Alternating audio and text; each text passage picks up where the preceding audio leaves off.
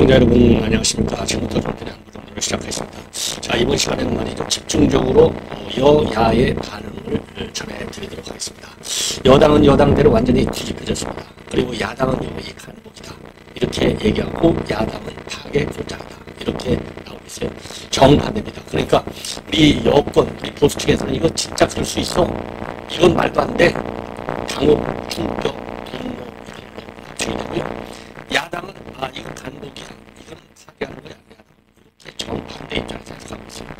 그만큼 여야의 협치가 큰 틀에서 보면 어렵다는 것이고요. 그만큼 어느 쪽도 성의로 받아들이지 않는다는 겁니다. 예.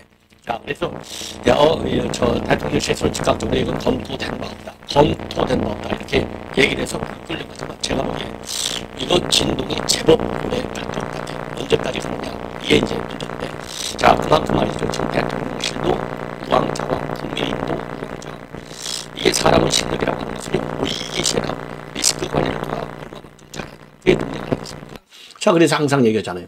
어떤 중요한 일이 있을 때 그 완급과 경중을 잘 가려내는 사람이 위기관리 능력 그리고 실력 있는 사람이다. 제가 맨날 얘기하잖아요. 제가 33년 공직을 해보니까 그런 결론을 갖게 되더라고요. 자, 그러면은요, 거두절미하고, 자, 박지원과 죄송합니다. 이 박영선하고 그다음에 양정철 얘기를 하겠는데요.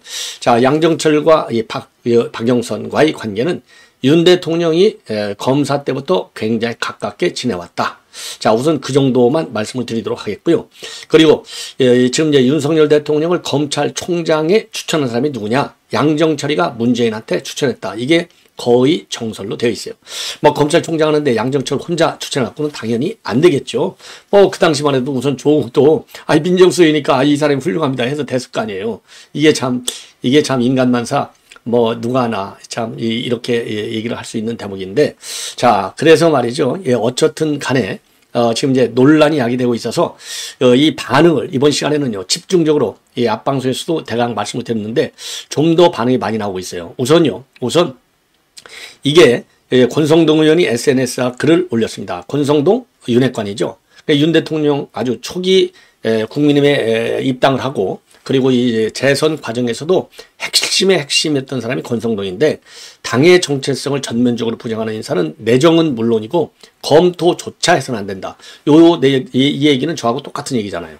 그리고 다행히 대통령실에서 검토한 적이 없다는 공식 입장이 나왔는데, 그럼에도 불구하고 오늘과 같은 해프닝은 메시지 관리의 부실함을 드러내는 것이라서 상당히 아쉽다. 제가 그래서 그랬잖아요. 이거 감사해야 된다고. 도대체 누가 어떤 경위로 이렇게 언론에 냈는지 이거는 감찰해야 돼요. 감찰해서, 왜냐하면 윤 정권이 지금 1년 남았다? 1년 남았을 때 해야 되는데 3년을 남았는데, 이번 거를 계기로 해서 이런 메시지 관리뿐만 아니라 언론 보도 요거 제대로 통제를 해야 된다. 예, 그렇지 않으면 이거 정권 넘어갈 수 있어요. 이런 거 몇 번 나오면요, 보수가 표 안 찍습니다. 예, 보수가 표 안 찍어요. 예. 자, 그래서 이건 메시지 관리의 부실함을 드러낸 것이라 상당히 아쉽다 이렇게 돼 있잖아요. 그게 권성동이니까 이렇게 점잖게 쓴 것 같아요. 그리고 협치한 자신의 정체성과 기조를 유지하면서 상대와 타협하는 것이지 자신을 부정하면서 상대에게 맞춰주는 것이 아니다. 어려운 시기일수록 기본에 충실해야 된다. 우리가 골프 칠 때 그러잖아요. 항상 기본으로 돌아가라. 안 맞으면 기본. 여기도 기본으로 돌아가야 되는 거예요. 자, 그래서 이 권성동 의원의 오늘 SNS 글은 굉장히 함축적이지만은 상당히 뼈가 많아요. 예.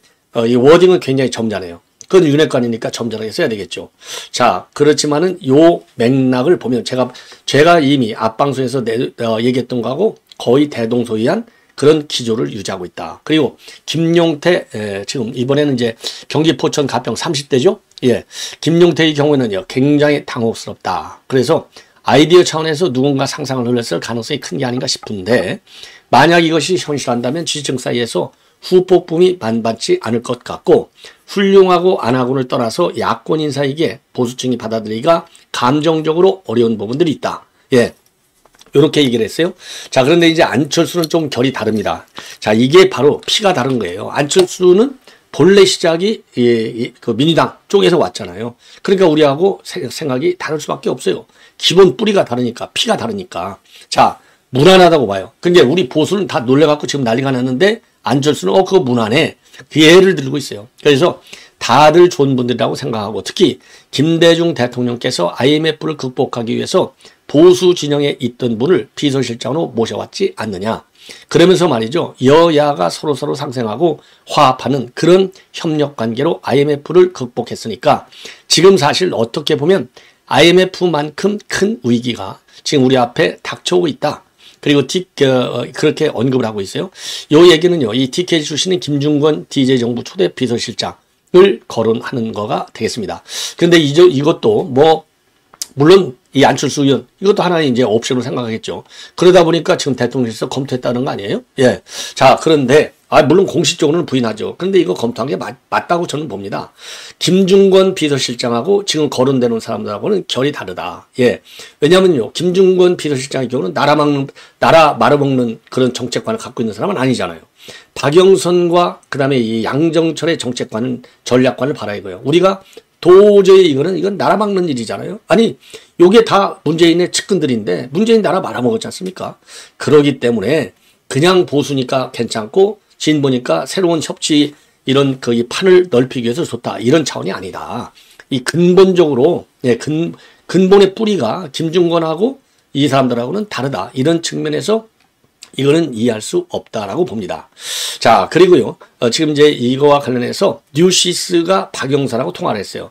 박영선하고 통화를 했더니만 소설이다. 이렇게 일축을 했습니다. 마침요. 어제 이제 서울에 들어왔대요. 그래서 하버드에서 선임 연구원 생활을 마치고 곧 귀국하겠다. 이렇게 밝혀가지고 서울에 들어오니까 이거 바로 총리시키네? 이렇게 또 맞아 떨어가는 구석도 있다는 겁니다. 자, 그리고요. 만약 실제로 박 장관이 제안이 들어갈 경우 수용할 가능성과 관련해서 이 박 장관의 측근은요. 어찌됐든 박 장관은 지금 민주당 소속이다. 이런 설들만 무성해질 게 아니라 제1야당 대표와의 영수회담에서 논하든지 해야 실현 가능성이 생기든지 말든지 할 것 아니냐. 자, 그리고요. 양정철은요. 자기 특근들한테 어떤 직을 맡을 생각이 전혀 없다. 이렇게 입장을 밝혔다고 합니다. 그리고 김종민의 경우에는 금시초문이다. 자, 그래서요. 딱 4글자. 이제 이렇게 부인을 하고 있다고 합니다. 자, 그 다음에 또 이제 쭉 반응을 말씀드리겠는데, 그래서 특히 이제 양정철 같은 경우는요. 더 이상 맡을 생각이 없다. 요 얘기가 맞을 것 같아요. 일단은요. 자, 그리고 이제 문재인 때도 내가 공직에서 손을 뗀 사람 아니냐. 요런 얘기까지 지금 나오면서 나는 아니다. 예, 아니다. 자, 이렇게 얘기를 하고 있다고 합니다. 자, 이 정도로 해서 이제 당사자들 반응을 여러분께 이제 말씀을 드렸어요. 예, 당사자들 반응. 자, 그래서 이제 이 한마디로 얘기해서 전부 맡을 생각이 없고 소설이고 그리고 금시초문이다. 그래서 이게 전달은 되지 않고 그냥 테이블 위에서 검토된 것이 아니냐 이렇게 추론할 수도 있겠지만 사안의 민감성에 볼 때 검토 그러니까 이제 한 번 더 생각이 있느냐 이렇게 의견을 요청을 받았다 하더라도 철저하게 입을 다무겠죠. 이런 거는 몇 년 지나야 이제 나오겠죠. 예, 사실 여부가. 자, 그래서 저도 이거에 대해서는 뭐 속단하기가 어렵습니다. 예. 양면성이 다 있어요. 굉장히 민감하기 때문에 저도 논평에 신중을 해야 될 것 같아요. 그리고 이준석이는요. 이 보도가 나오니까 아주 기다렸다는 듯이 때를 만났다는 듯이 지금 난리를 치고 있습니다. 자, 그래서 진짜 이렇게 인사가 진행되면 이 MB 계열의 뉴라이트만 임기 초에는 써가지고 MB 아바타 소리 듣더니 이제는 문재인 아바타라는 소리를 들을 것이고 끔찍한 혼종이다.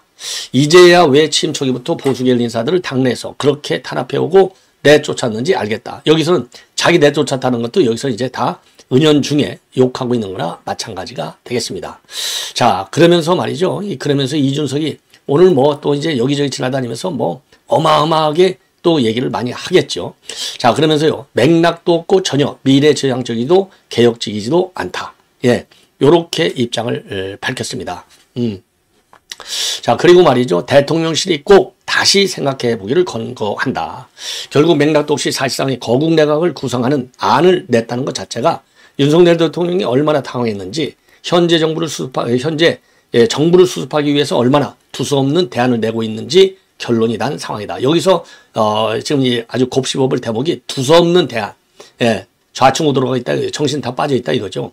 그래서 국민의 반응이 안 좋으니까 용산 대통령실은 황당한 이야기라고 부인하고 있지만 복수 언론이 취재원을 통해 확인했기 때문에 이를 바탕으로 여론을 살피려는 시도가 있었다고 저는 보고 있다. 저도 요 이준석 얘기는 저도 동감입니다. 저는 윤 대통령께서 어제 담화를 통해 많은 국민을 실망시킨 것과 별개로 아주 얕은 정치적 수로 이것을 돌파해야 하지 않았으면 좋겠다. 전반적인 국정 운영의 기조가 바뀌어야 하고 인사에서는 중요한 것이 국민이 미래지향적으로 바라볼 수 있는 새로운 인물을 발탁하는 것이다. 그러면서요, 홍준표를 갖다가 차기 총리로 거론한 이유도 결국 윤 대통령이 지난 대선 경쟁자였던 홍 시장과 협치를 구상해야 한다는 것이고, 여권 인사 중에서도 지난 2년간 내치고 해코지했던 인사, 야당과 협치를 구하고 구상하고 외치에 있어서 외교상 소홀했던 국가와 교류를 활성화하는 단계적 접근을 해야 한다고 말씀드렸다. 자, 이게 이제 이 소홀했던 국가, 이게 중국을 얘기하는 거겠죠. 예, 북한도 포함이 된다고 봐야 되겠습니다. 자, 요번 기회에 이준석이는요, 윤석열 대통령을 때리는 호재를 물고기가 물을 만난 것처럼 난리를 치는 것 같습니다. 예. 자, 이 정도로 해서 이제 말씀을 드리고요. 그 다음에 또 이준석이 얘기가 지금 굉장히 많이 나와요. 예. 자, 그래서 이제 이준석이 앞으로도 계속 떠들 것 같고, 그리고 이제 박지원이는 집중적으로 이거야말로 찔러보기, 뛰어보기이자 간보기다. 자, 그래서 본인은 박 장관하고도 그제 통화했고 양정철하고는 자주 만나는 사이인데 개인적으로 이 사람들이 윤 대통령하고 친한 건 사실인데 실제 제안이 있었더라도 이분들이 응하진 않을 것이다. 그리고 박영선의 경우 이번 총선에서 민당을 탈당해서 변심한 이들 국민이 다 낙선시켰는데 문재인 정부에서 장관을 지내고 민당 최초의 여성 원내대표이자 서울시장 후보였던 사람이 그렇게는 못할 것이다. 총선에서 패배한 뒤 대국민 담화도 하는 대통령이 이런 공작을 펼친 것을 보니까 아직도 정신을 못 차린 것 같다. 윤 대통령이 국민의힘에서 탈당하고 이재명 민주당 대표와 영수회담을 거쳐 거국 내각을 구성하고자 한다면 그때는 민주당이 인준에 협력할 수 있을 것이다. 그러니까 이제 조건을 만들고 있어요. 그러니까 이렇게 윤 대통령이 말이죠. 이런 거를 검토하고 있다. 보도가 나오니까 사실일보와 관계없이 거국 내각 구성을 카드를 갖다가 들이미는 이 모멘텀으로 이용하려고 하는 이 박지원의 꼼수가 눈에 보이는 대목이라고 볼 수 있습니다. 그러면서요, 윤 대통령이 이렇게 하지 않으면 본인도 불행해질 것이고 민주당이 지난 2년처럼 국회를 운영하면 목표로 하는 정권교체는 이루지 못할 것이고 힘의 이 다수당을 횡포하면 정권교체 못 이룬다는 거죠. 그리고 윤 대통령이 지난 2년처럼 앞으로 3년간 국정 운영을 하게 된다면 본인뿐 아니라 나라가 망할지 모른다. 이 얘기는 결국 탄핵 하야의 이 촛불 혁명을 맞이하게 될 것이다. 이런 어마어마한 이 공격을 하는 겁니다. 자, 그리고요, 민주당 내 반응을 보면은요, 이건 현실화 가능성이 없다. 그래서 홍익표 원내 대표는요, MBC 인터뷰에서 총리인준은 비대위 받아야 되기 때문에 국회 통과 여부를 보다 보니 야권 성향 인사를 찾으며 거론이 된 것 같은데 현실화 될지는 봐야 될 것 같다. 예. 그리고 언론에 걸려서 정치권의 반응이나 여론 동향을 한번 살펴보려는 의도가 있었던 것 아닌가. 이 대목은 모두가 아마 공감할 거라고 봅니다. 그리고 장경태는요, 지금 거론되는 세 분도 당황스러울 것인데 인사치레 정도 연락을 받을 수 있는데 그걸 수용이라고 생각할 수 있을까? 그리고 추미애, 박근혜 대통령이 탄핵 직전에 반대 진영의 김병준 총리 지명을 했는데 그것과 유사한 느낌이 든다. 그러나 김명주 씨가 체면을 많이 구겨셨다. 예, 이러한 입장을 내놓고 있습니다. 자, 그런데 말이죠. 지금 이제 여기서 이제 김병준 얘기가 나오는가 말인데, 자, 한동훈도 이 좌파들, 호남파들을 많이 기용했어요. 자, 윤석열 대통령도 호남 외연 접근 차원에서 엄청나게 챙겼습니다. 예.